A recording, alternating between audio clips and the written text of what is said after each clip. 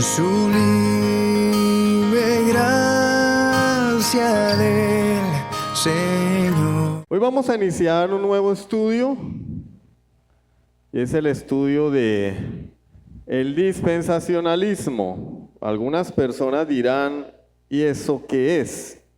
¿Eso qué es? Les aseguro que algunos no saben qué es, pero si yo les hablo más o menos de qué se trata, van a entender de qué estoy hablando. Eso es como cuando a uno le dicen el nombre de un actor y uno no sabe, ¿y ese quién es? Chris Hemsworth. Yo no sé quién es Chris Hemsworth. Y si yo les digo Thor, ahí sí saben quién es. Thor, claro. El mono, el alto, el musculoso. Ya sé quién es Thor. El de las películas de los Vengadores. Claro. Dispensacionalismo. No, yo no sé eso qué es. Rapto, gran tribulación, anticristo, 7 años de tribulación en la tierra, milenio. Bueno, dispensacionalismo. El dispensacionalismo es una postura teológica, una postura de interpretación teológica de la historia de la redención, pero es más conocido por su escatología, ¿sí?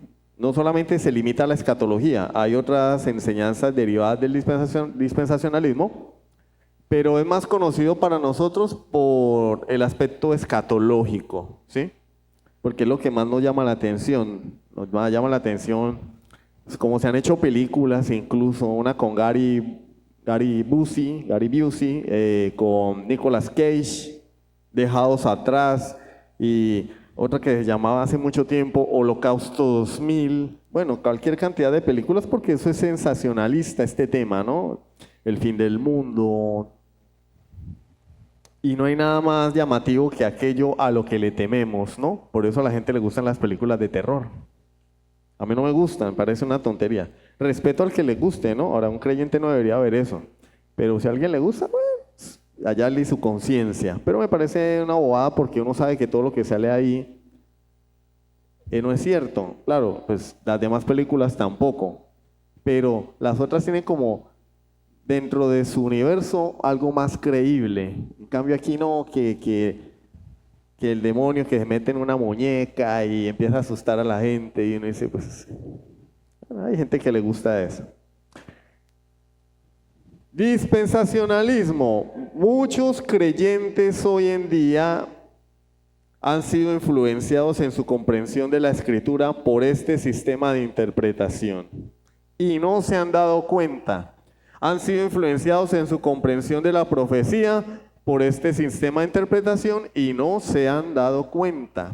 Algunas personas dicen, es una postura teológica. No, es algo más que una postura teológica. Es un lente a través del cual las personas leen toda la Biblia, leen toda la Escritura. No solamente es una postura.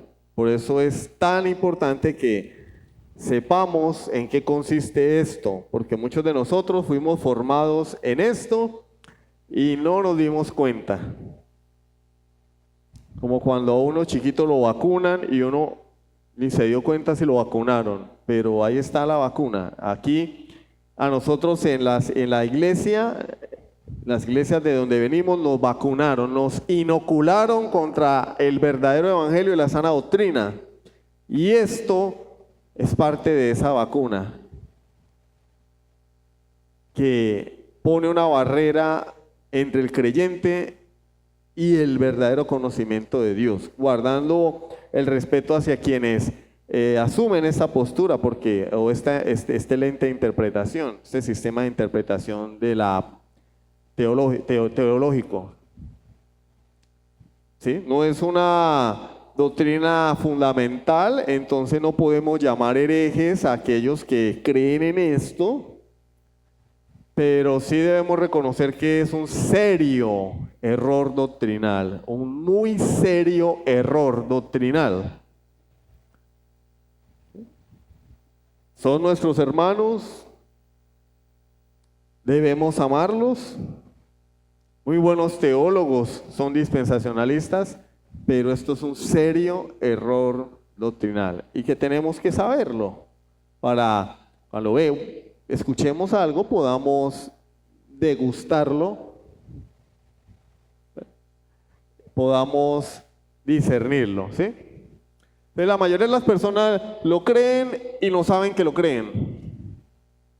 Y eso es un problema. Entonces, por esa razón nosotros tenemos que saber de qué se trata.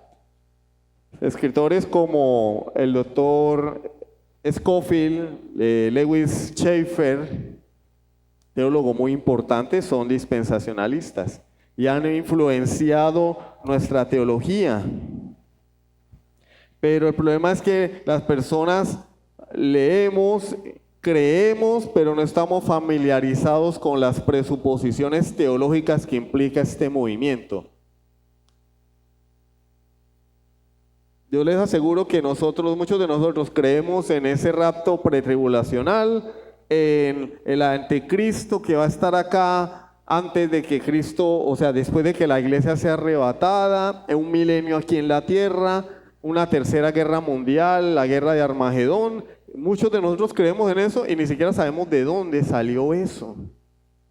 Y a la hora de explicarlo, los defensores de esta postura se enredan más que un bulto de anzuelos, porque esto es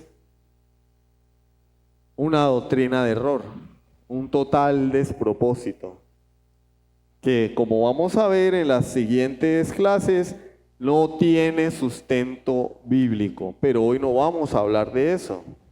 Hoy vamos a hablar es de su historia. El problema con esta postura es que constituye un sistema teológico. Y el sistema teológico de cada persona está constituido por lo que él cree. Esto no solamente es una postura respecto a los eventos futuros, es que esto toca cada una de las cosas que el creyente confiesa. Esto no solamente toca el tema escatológico, esto toca el tema cristológico, el tema eclesiológico. Porque más adelante vamos a ver, el dispensacionalismo hace una separación entre la iglesia y el verdadero pueblo de Dios. Para el dispensacionalismo, la iglesia no es el pueblo de Dios. El pueblo de Dios es Israel. Esto toca la teología propia, porque el dispensacionalismo lo muestra un Dios reactivo, un Dios que como no se dieron las cosas con su pueblo escogido Israel, no tuvo otra alternativa que echar a andar un plan B. El plan B se llama los gentiles. Entonces ahora nos tocó tratar con los gentiles hasta que el tiempo de la gracia, entre comillas, finalice. Volveré a tratar con mi pueblo amado, con la niña de mis ojos, Israel. Esto de antemano introduce una serie de inconsistencias y errores porque la Biblia habría que arrancar toda la carta a los hebreos para sostener este sistema de interpretación. ¿Por qué razón? Porque está claro en la Escritura que la salvación es, y Pablo lo dice a los Romanos 3:20, ya que ningún ser humano será justificado por las obras de la ley. Ya que por las obras de la ley ningún ser humano será justificado delante de Dios, porque por medio de la ley es el conocimiento del pecado. Sin embargo, estas personas dicen que hay dos formas de salvación. Una, para el pueblo de Israel, que es guardando la ley. Dos, creer en Cristo para la iglesia. Que cuando la iglesia sea arrebatada, y solo quede aquí el pueblo de Israel y los sinvergüenzas que eran creyentes carnales, porque esta doctrina también se deriva del dispensacionalismo, el cristianismo carnal. Los sinvergüenzas carnales que no se fueron en el arrebatamiento, pues los judíos volverán a las prácticas del antiguo pacto. Una contradicción. Volverán a sacrificar. volverán a la ley, volverán a las ceremonias, levantarán el templo. Y la pregunta es, ¿y entonces qué hacemos con el Nuevo Testamento? Donde Pablo y los escritores del Nuevo Testamento nos dicen una y otra vez que ese pacto ya caducó, que el templo de Dios es la iglesia, que la iglesia es el cuerpo de Cristo, que la iglesia es columna y baluarte de la verdad, que la salvación es únicamente por medio de la fe en Jesucristo. En la carta a los Hebreos se nos dice que Jesús es un mejor mediador, mediador de un nuevo pacto hecho sobre mejores promesas. ¿En dónde queda eso? Cuando en este sistema teológico se dice que Israel va a volver al antiguo pacto. Esto es un total despropósito, pero es lo que el 99% de la iglesia evangélica cree hoy. Y nosotros somos los malos. Somos el coco, somos el diablo. Entonces nosotros, a la hora de interpretar la Escritura, no podemos tomar un pasaje de la Biblia y rasgarlo, arrancarlo de la Biblia, decir, bueno, pero lo que pasa es que a mí me parece que aquí, las 70 semanas de Daniel, a mí me parece que cuando la semana 69 se cumple en el año 0 y después se abre un paréntesis de no sé cuánto tiempo que es la de la iglesia, y a mí me parece que la semana 70 es los 7 años de tribulación. No, mi querido hermano, no puedo aislar la Escritura de todo el resto del consejo de Dios, porque la hermenéutica me enseña que la Biblia se interpreta es con la Biblia. Entonces yo tengo que ir al resto de la Escritura. Es más, allí mismo Daniel explica. Daniel mismo nos explica la profecía de las 70 semanas, que la vamos a ver más adelante si Dios nos lo permite, si nos da vida. Solamente hoy estamos haciendo un trabajo introductorio. Entonces el trabajo del lector o del intérprete, ¿cuál es? Interpretar las Escrituras a través de un sistema teológico, evaluar constantemente su interpretación a la luz de la Biblia. O sea, no podemos apartar la vista de la Escritura porque somos susceptibles de caer en el error. Entonces, tenemos que también ver que nuestro sistema teológico sea consistente con todo el consejo de Dios. Y esto es un proceso que dura toda la vida.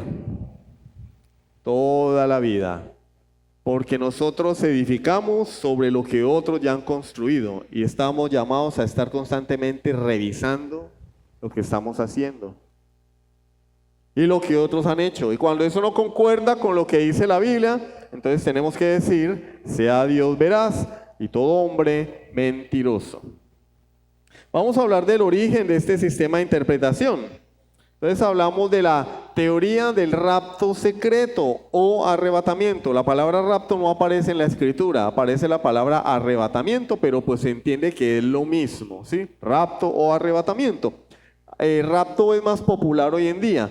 Nosotros hablamos de un rapto secreto porque ellos mencionan, o este sistema enseña, que la segunda venida de Cristo va a ser en 2 etapas. Una secreta, ¿sí?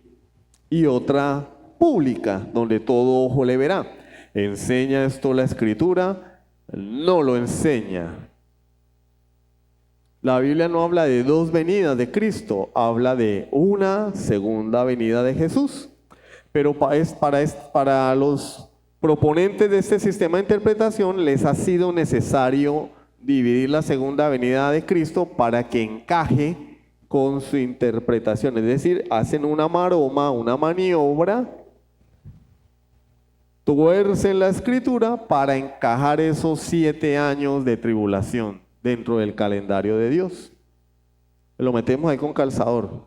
No, los 7 años de la última semana de Daniel no se cumplieron en la primera venida de Cristo. No. Cuando él murió a los 3 años y medio de haber iniciado su ministerio terrenal, y 3 años y medio después fue que el evangelio comenzó a predicarse a todo el mundo. Entonces la última semana, porque cuando Dios le da la profecía a Daniel, le dice 70 semanas están destinadas para tu pueblo. ¿Cuál? El pueblo de Israel, el Israel nacional. ¿Y cuándo caducó eso? Cuando el evangelio comienza a ser predicado al mundo gentil. Ellos dicen, no, es el futuro, todo eso es para el futuro. Hasta 1830 nadie creía eso, nadie. O sea, durante 18 siglos la iglesia no creyó en esto, nunca lo creyó. O sea, es una doctrina nueva, reciente, ¿sí? Ahora bien, una doctrina no es bíblica porque sea antigua, porque hay herejías antiguas. El arrianismo es una herejía de los primeros siglos, eso no la hace una doctrina bíblica. Una doctrina es correcta porque tiene fundamento en la Escritura.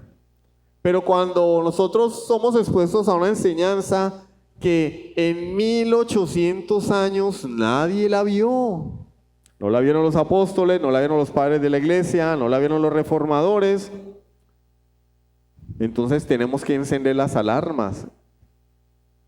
Tenemos que encender las alarmas. Y más como como vamos a ver de dónde es su origen, ¿sí? Entonces hasta algunos atribuyen pues con el hecho de buscar que es una doctrina antigua a un tal monje ortodoxo del siglo IV llamado Efraín de Nisibis, año 373, y dicen que él fue quien impulsó esta doctrina, pero pues el sustento, este texto que él escribió, los santos y electos serán congregados antes de la tribulación y llevados al Señor para que no vean la confusión que está por venir, ha sido declarado como un texto espurio, es decir, oscuro. ¿Quién fue la primera persona que mencionó este tema? Bueno, cabe recordar que ustedes leen nuestra confesión de fe y nuestra confesión de fe dice claramente que el Papa es el anticristo. Por el contexto en el que se escribió, los reformadores creían, ¿sí?, después de la persecución de Roma contra la iglesia emergente, la iglesia protestante, este hombre tiene que ser el anticristo. El romanismo tiene que ser la gran ramera. Y lo escribían y lo decían. Entonces, a Roma no le cayó bien esto. E inició un movimiento llamado la Contrarreforma en el siglo XVI, para contrarrestar los efectos de la Reforma y atraer nuevamente a los hermanos separados, a los que se iban de Roma y empezaban a asistir a las pequeñas congregaciones protestantes. Y el primer hombre que inició esta labor fue un monje jesuita llamado Luis Alcázar. ¿Cuál era el objetivo de él? El Papa no es el anticristo, porque la iglesia protestante decía el Papa es el anticristo. Entonces estos hombres decían, no, el Papa no es el anticristo. ¿Cómo se les ocurre? Y empezaron a elaborar un sistema de creencias en la cual el Papa no era el anticristo. El anticristo, la iglesia de Roma no es la gran ramera. Esos textos que hablan de estos temas son para el futuro. Empezaron a desarrollar una interpretación del Apocalipsis a futuro. Como muchos de ustedes leen el Apocalipsis, lo leen pensando que eso va a suceder en el futuro. Y no, como les digo ya de antemano, creemos nosotros, está sucediendo ya. Pero eso lo vamos a ver más adelante. Yo decía, no, eso es para el futuro. ¿Por qué? Porque ellos querían limpiar la imagen del Papa. El primer hombre, monje jesuita, Luis Alcázar. El segundo hombre que inició esta labor fue un monje jesuita llamado Francisco Rivera, ¿sí? 1537-1591. en el año 1590 publicó un comentario del Apocalipsis de más de 500 páginas. Igual, desviando la atención, el Papa no es el anticristo. Y exactamente aplicó al Apocalipsis la misma visión. El Apocalipsis no habla de la era de la iglesia, el Apocalipsis habla del tiempo del fin. Específicamente o en su mayor parte de los últimos 3 años y medio de gran tribulación. Entonces nosotros vamos al Apocalipsis y leemos y parece una película de terror. Porque nos han infundado un miedo. No, es que y los sellos y las copas de la ira y Satanás es atado y espíritus con forma de ranas y eso es horrible, terrible, y demonios por aquí, demonios por allá. Y entonces ellos dijeron, sí, eso es para el futuro. Apocalipsis habla de la ira de Dios sobre la humanidad, el tiempo de la tribulación. Hablan de el anticristo como una persona malvada que aparecería 7 años antes de la venida de Cristo. Todos lo sabemos. Para ellos Jesús va a venir 7 años, el anticristo va a venir 7 años antes del rapto de la venida de Cristo, perdón. Entonces la iglesia es arrebatada, o sea, la iglesia se salva de ver al anticristo. Viene el anticristo. 7 años después, viene Jesús. Rivera negó la interpretación protestante del anticristo. ¿Qué creemos nosotros del anticristo como iglesia? Según a los Tesalonicenses capítulo 2. El anticristo va a venir, pero la iglesia no va a poder esquivar esa bala. El anticristo vendrá y nosotros estaremos aquí. Y vamos a ser probados. Eso es lo que enseña la Biblia. Lo vamos a ver, si Dios nos lo permite, hoy. Pero no pensemos que, no, pues yo, quiero que viene, que el anticristo, no, yo sé que el Señor nos va a arrebatar y nos vamos a salvar de eso. No, la Biblia dice, según a los Tesalonicenses capítulo 2, que el anticristo, que Jesús no vendrá sin que antes se manifieste el anticristo, el hijo de perdición. Pero el propósito de Rivera era enseñar que el anticristo se encuentra fuera de la iglesia, es decir, la papa caliente. La papa caliente la tenía el papa y el propósito de Rivera era, no, el anticristo está fuera. El anticristo no está en Roma. El Papa no es el anticristo, el Papa es el vicario de Cristo. El Papa es el representante de Dios en la tierra. Algunos de los principales puntos de la escatología de Rivera fueron... Ahí está el muñeco, Francisco Rivera, perdón. Principales puntos: el anticristo es un hombre, no es el papado. 2, el anticristo sería ateo, o sea, no saldría de la iglesia, según él, ¿no? No sería revelado hasta 7 años antes del final de los tiempos. Se sentaría en un reconstruido templo en Jerusalén, haría un pacto con los judíos. Se llamaría a sí mismo Dios, perseguiría y blasfemaría a los santos de Dios, aboliría la religión cristiana, negaría a Jesucristo, mataría a los 2 testigos de Apocalipsis y conquistaría el mundo. Eso es lo que enseñaba Rivera. Y de la misma manera él decía que los 1260 días, 42 meses, 3 años y medio, tiempos y la mitad de un tiempo que se encuentran a lo largo de la escritura, ¿sí? Eran las maneras de llamar a los 7 años de gran tribulación, los 3 años y medio, perdón. Los segundos 3 años y medio. 1260 días, 42 meses, tiempos y la mitad de un tiempo. Para él es así, para nosotros no es así. Porque estamos hablando de símbolos. Y 42 meses son un símbolo, pero no son 42 meses, es un número que representa algo.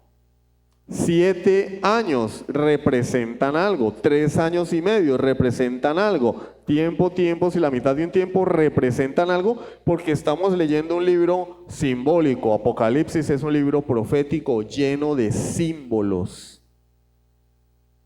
Entonces no lo podemos interpretar literalmente. Más adelante vamos a ver por qué el dispensacionalismo usa un hiperliteralismo, es decir, ellos no solamente leen la Biblia literalmente, es que toda la Biblia la leen literalmente, toda la Biblia, hasta los libros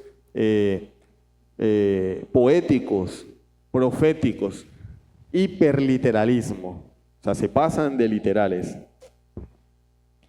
Esta enseñanza se le llamó futurismo precisamente porque ellos decían, o en este caso Rivera, que toda esta doctrina era para el futuro, para el futuro.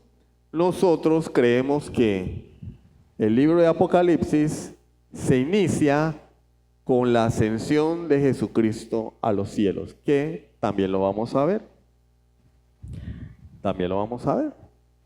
Y que ese jinete del caballo blanco no es el anticristo, es el mismo Jesús, porque dice que salió venciendo y para vencer. Pero esos son aspectos que vamos a ver más adelante. Solamente le estoy dando así como miguitas de pan para que se antojen y sigan el camino. Después de Rivera apareció otro hombre, Bellarmino, Roberto Bellarmino.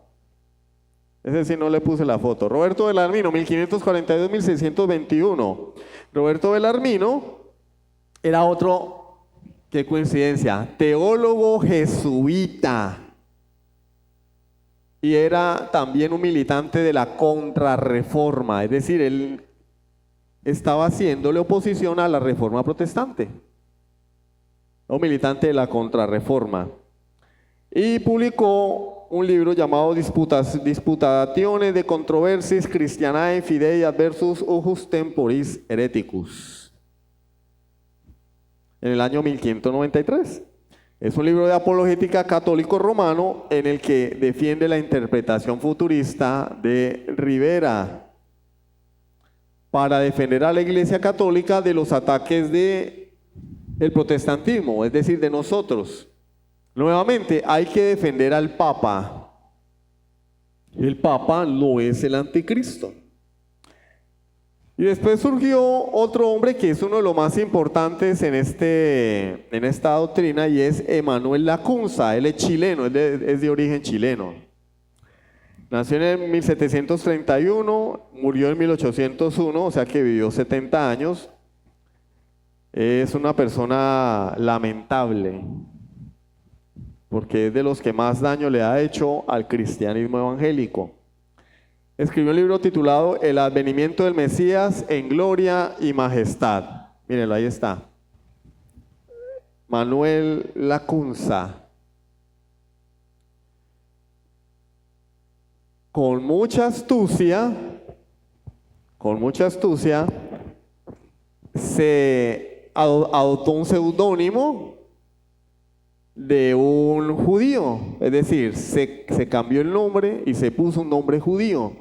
Y se hizo pasar por un judío convertido al evangelio. ¿Para qué? Para que las puertas de la iglesia se abrieran a él y por ende a su doctrina, al veneno que Roma deseaba inyectarle a la iglesia protestante. No fue una jugada astuta. Él no se presenta como Manuel Lacunza, sino como, ahí está el nombre, Rabí Ben Ezra, o el rabino Ben Ezra. Soy un judío que me convertí al evangelio, recíbanme. Y él introduce la novedosa idea de que Jesús retornaría en 2 etapas. Hasta el momento no se había introducido esta idea. Esto viene con Lacunza. Raptaría a su iglesia antes del anticristo y en la segunda venida, ahora sí vendría a darle sus leñazos al anticristo. Él enseñaba una escatología futurista, premilenialista y con inclinaciones sionistas y judaizantes. Sionistas y judaizantes.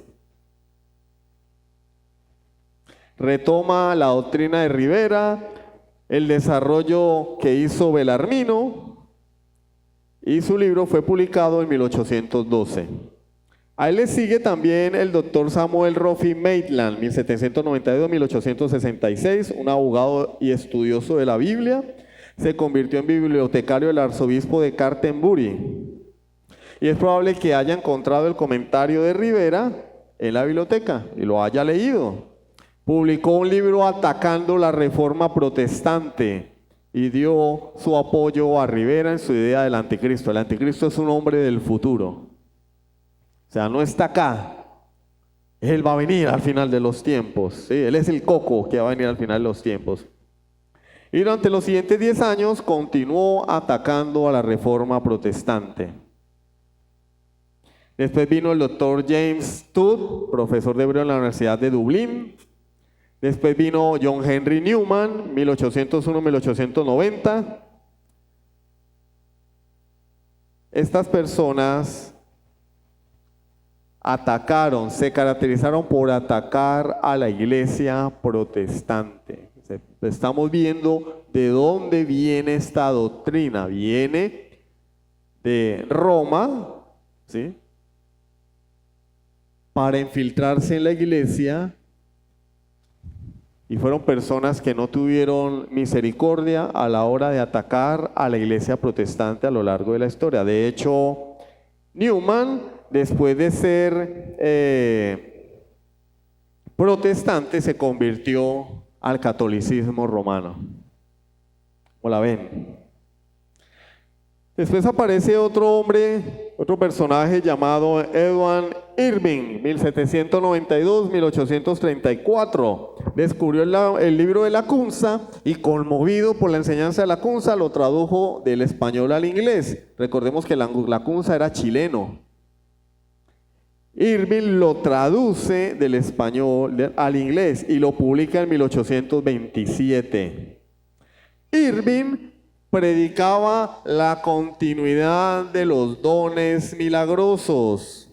Ya vamos, ahora se va aclarando más el panorama. Lenguas, profecía, milagros, nuevas revelaciones. Estamos viendo la calidad de las personas que promovieron esta doctrina, ¿no?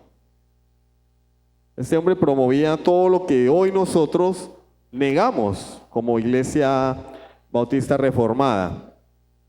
Después de leer el libro de Lacunza, él afirmó haber oído la voz de Dios de que tenía que predicar esta nueva revelación. O sea, el hombre, escuché la voz de Dios y el Señor me dijo que yo tengo que predicar esto.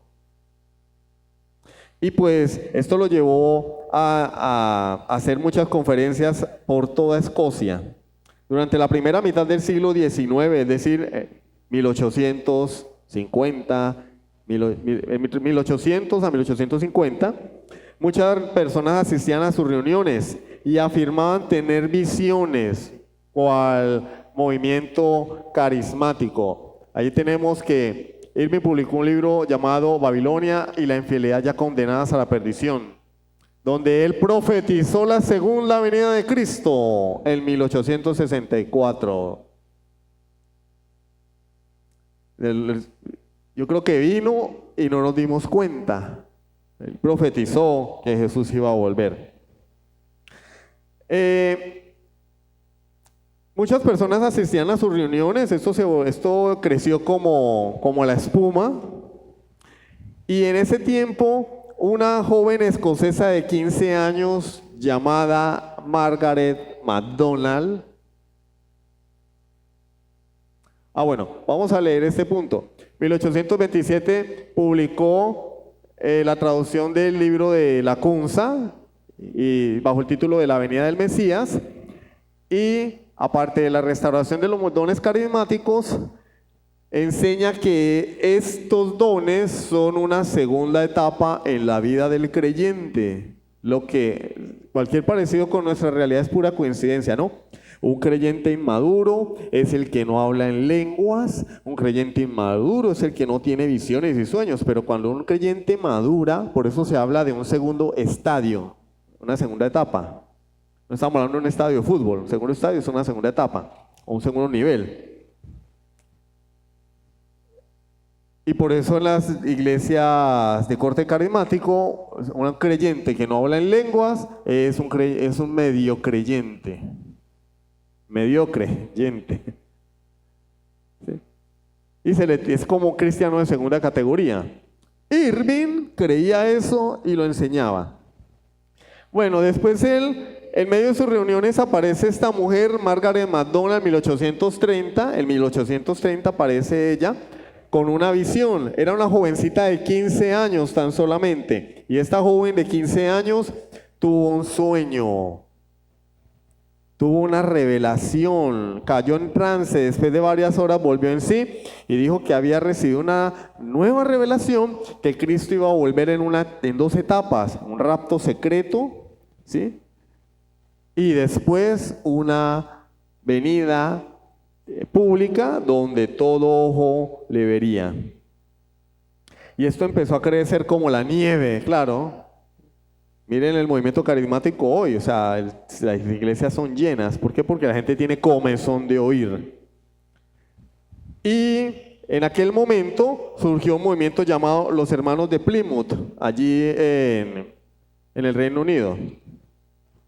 Estos eran un grupo de creyentes insatisfechos por la condición de la iglesia, la iglesia en Irlanda, ¿sí?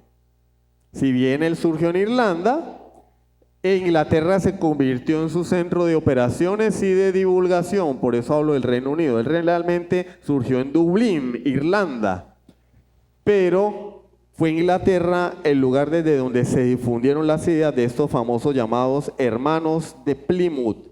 Estaban insatisfechos porque a ellos les parecía que la iglesia evangélica era muy fría, muy aburrida, cualquier parecido con la realidad, ¿no? Muy muerta.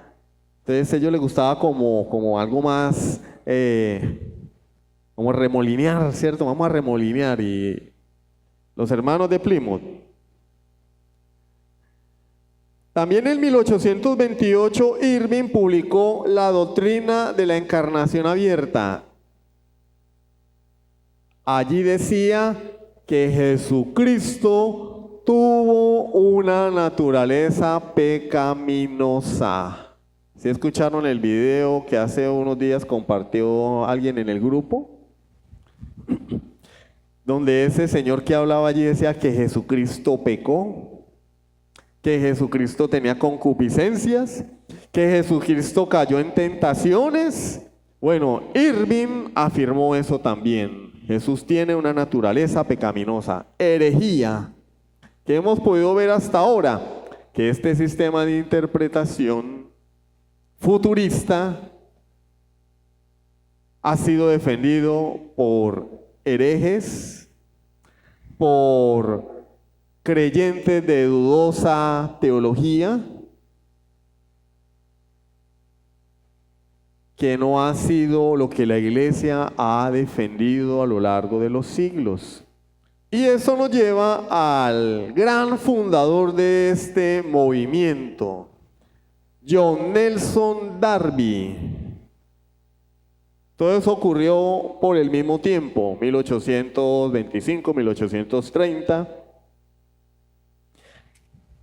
Este hombre se convirtió en el líder de ese movimiento de los Hermanos de Plymouth.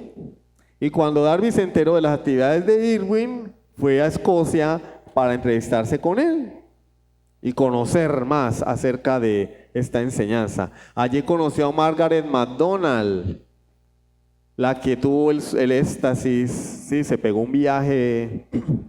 ¿Qué alucinógenos habrá consumido en ese tiempo? No lo sabemos.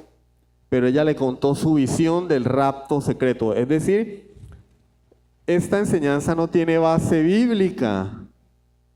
No la tiene. Está basada en un deseo ferviente de justificar al Papa y en sueños y visiones. Más adelante vamos a ver cuál es el fundamento bíblico de esta postura teológica, de este lente teológico. Y nos vamos a dar cuenta que no, se está malinterpretando la escritura allí.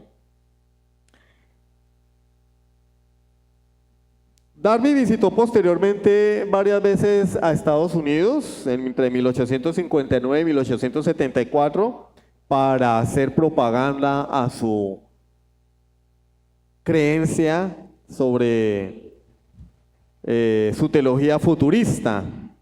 Sus escritos sobre estos temas alcanzó un número de más de 30 volúmenes de 600 páginas cada uno, y él lo adoptó con el nombre de dispensacionalismo.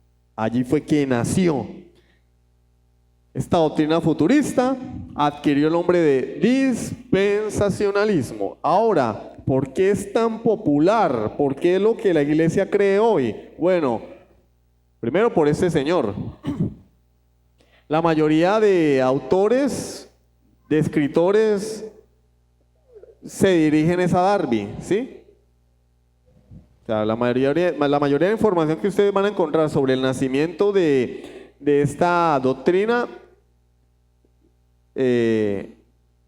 le adjudica sus orígenes es a John Nelson Darby, pero pues haciendo un poquitico más de esfuerzo podemos rastrearla hasta tiempos del siglo XVI, de la Contrarreforma, y de cómo los sacerdotes jesuitas quisieron contaminar el movimiento protestante, la iglesia emergente de aquella época, para dividirla, destruirla, contaminarla, para desestimar las acusaciones contra el Papa. Ese era el propósito de ellos. Lamentablemente nosotros compramos la moto. ¿Cómo? A través de Cyrus Ingerson Scofield. Y de pronto algunos de ustedes tienen en casa una Biblia Scofield, una Biblia de estudio Scofield. Gracias a este hombre se popularizó esta enseñanza. Es un abogado de Kansas, fuertemente influenciado por los escritos de Darby. En 1909 publicó la primera edición de su Biblia anotada o Biblia de estudio Scofield, es decir, él tomó los comentarios de John Nelson Darby, sus propios comentarios, y los escribió al pie de página de una Biblia y la publicó, buscó quien patrocinara la publicación de esta Biblia. Sin tener formación teológica, porque Scofield lo que era un abogado político, y empezó esta Biblia a venderse como arroz. En los primeros 50 años se vendieron 3 millones de copias de esta Biblia de estudio. 3 millones de copias. Y la gente, las almas ignorantes, leían la Biblia y leían el comentario y pensaban que estas notas al pie de página eran parte de la palabra infalible, inerrante y suficiente de Dios. Y por eso hoy en día todo el mundo cree esta mentira, porque venía ahí pegada al pie de página. No había aclaraciones. Yo tuve una Biblia de estudio, y la Biblia de estudio en cuanto a los temas escatológicos y pertinentes al dispensacionalismo decía interpretación clásica, interpretación dispensacionalista. Entonces uno ya sabía. Ah, bueno, esta es la interpretación dispensacionalista del texto, pero también tiene la interpretación clásica. Entonces yo puedo escoger o tengo acceso a las dos interpretaciones. No me están imponiendo ni vendiendo la moto. Me dicen, nosotros tenemos esta interpretación dispensacionalista, pero también hay una interpretación clásica. Y uno leía y uno decía, bueno, me convence más una o la otra.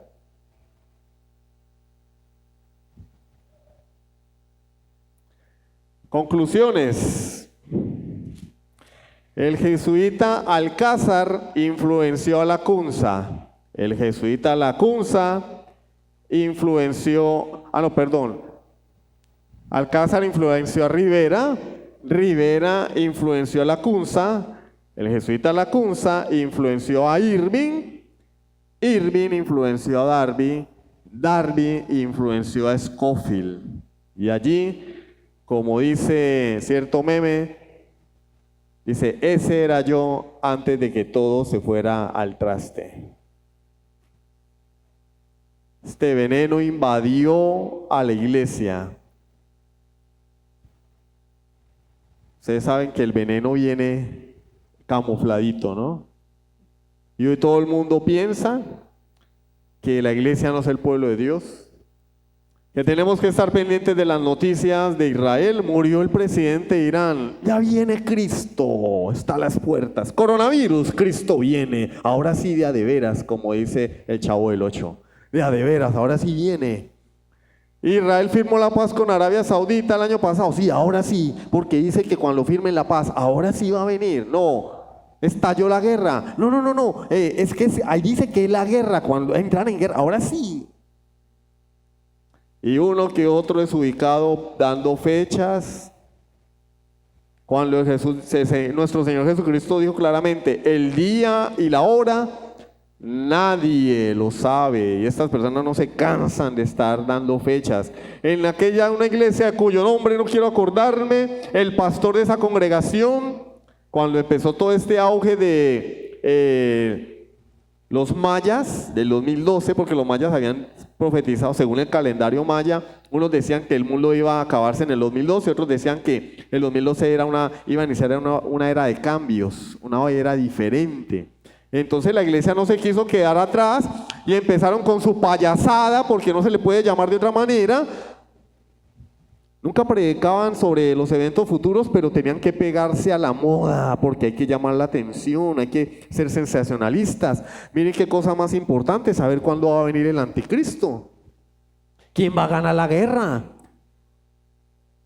¿Por dónde van a pasar los chinos, los rusos? Importantísimo para la vida cristiana, para nuestra santificación.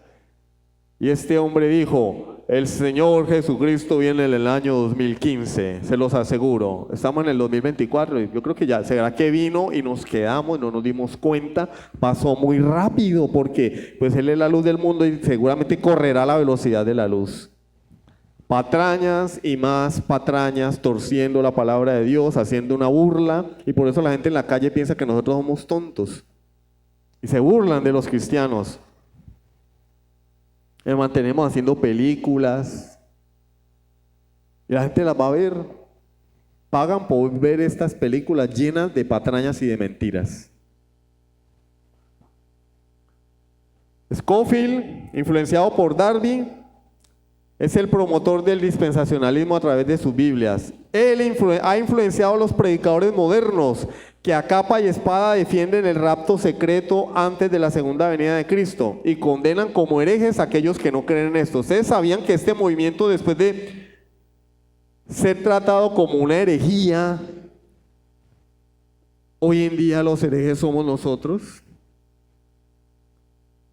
Que en 1800 años la iglesia nunca creyó en esto, y hoy en día nosotros que defendemos la creencia histórica de la iglesia y con fundamento bíblico, nosotros somos los herejes.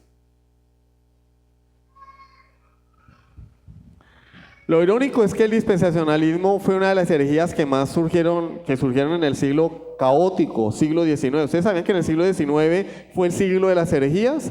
Siglo XIX, testigos sin Jehová. Siglo XIX, dispensacionalismo. Siglo XIX, iglesia de los santos de Jesucristo en los últimos días. Siglo XIX, iglesia, el movimiento adventista. Todos con un común denominador: revelaciones extrabíblicas y profecías de una supuesta venida de Jesucristo que jamás se cumplió. Todos estos movimientos han caído en ese llamémoslo mal llamado fervor espiritual, porque coincide también con ese espíritu carismático que caracterizó al siglo XIX, donde todo el mundo creía en revelaciones, en cosas espirituales, en visiones, los dones. Y casualmente todos estos movimientos se caracterizan porque sus fundadores tuvieron una revelación fuera de la Escritura y se atrevieron a profetizar el día y la hora de la segunda venida de Jesucristo. Consúltenlo, investíguenlo y se van a dar cuenta del fraude. Pero ¿saben qué? Eso lo callan. Cual gobierno corrupto tapa sus porquerías, ellos no hablan de esas cosas porque les da vergüenza y debería darles vergüenza, pero debería darles vergüenza seguir en esos movimientos. Un famoso predicador inglés, George Mueller, alguno lo habrá escuchado nombrar, dijo: un día tuve que decidir si me iba detrás de Darby o me quedaba con mi preciosa Biblia. Y lo que decidí fue quedarme con mi preciosa Biblia. Durante más de 1800 años la Iglesia de Cristo enseñó y creyó que el arrebatamiento y la segunda venida de Cristo es el mismo evento. Y que el arrebatamiento va a ocurrir el mismo día que Cristo venga por segunda vez. Amén. La semana que viene, con la ayuda del Señor, vamos ya a entrar en materia, pero lo que hoy quería hacer era una introducción y hacer una breve reseña histórica para que nos demos cuenta de dónde surge esto y que lo creímos sin indagar, sin investigar. Venga, pero eso que me están enseñando, ¿de dónde sale? Esa es la verdad. No, espera. Explíqueme de dónde salió eso. Y como muchos de ustedes han pasado por esa experiencia, entender la escatología dispensacionalista es más enredado que un bulto de anzuelos. Es casi incomprensible porque contiene una cantidad de contradicciones porque no tiene sustento bíblico. Y por favor lean en la casa, segunda a los Tesalonicenses, capítulo 2, versículos del 1 al 12. Por cuestiones del tiempo no lo vamos a poder hacer aquí, pero es un texto que vamos también a tocar dentro de 8 días, si Dios lo permite. Amén. Sublime gracia del Señor.